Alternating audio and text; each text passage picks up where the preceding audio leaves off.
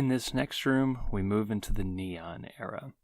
We'll start by facing the wall with the Ford sign and the pure gasoline sign.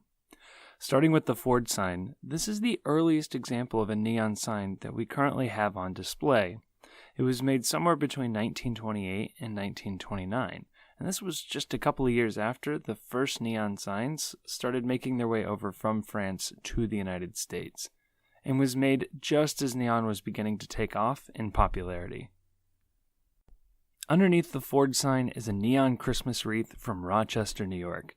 This was made by a neon shop for their own decoration, and that shop was a Claude Neon franchise. Georges Claude is credited with the invention of the neon sign and controlled the intellectual property for neon in the United States until the early 1930s. So many early neon shops were franchises of Claude's, or at the very least had his name, such as the shop that made this sign, which was known as Claude Neon Russell. To the right of that is the pure gasoline sign, then skipping over the gap to the Eagles Club sign, and underneath that, the United Pentecostal Church sign. These were all great examples of Art Deco neon. Art Deco is a very popular art style in the 1930s and 40s and became popular as neon became popular itself. So neon and Art Deco were often seen as intertwined, and cities such as Miami and Los Angeles that have really strong Art Deco traditions also have really strong neon traditions. All of these signs have a porcelain enamel backing, which makes it incredibly resistant to corrosion and helps keep their look lasting longer.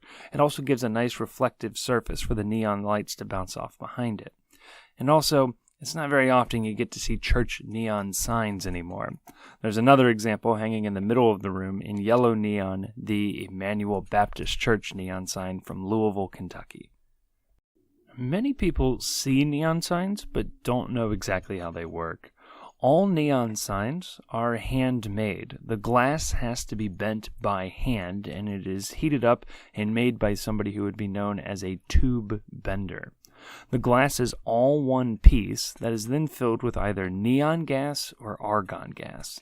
Neon gas will glow orange-red when electrified, and argon will glow blue when electrified. From there, you can put the different colored gases inside of different colored glasses.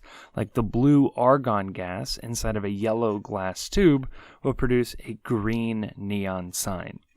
For slightly more complicated neon signs, they will have a phosphor powder on the inside of the glass that will glow when hit with the light from the gas. This is how we're able to get white neon or mint-colored neon.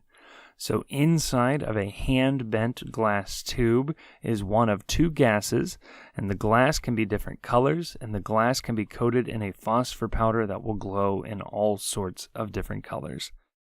And behind you, you'll find our wall dedicated to porcelain enamel. Porcelain enamel is a technology that dates back to at least the ancient Persians, but was popular in the United States for sign making from about 1935 to 1960. And porcelain enamel is a glass coating on metal that can be applied either with a hot process or a cool process. And because the signs tend to keep their look the longest with porcelain enamel as opposed to painted metal, they also tend to be the most valuable, especially neon signs with porcelain enamel faces.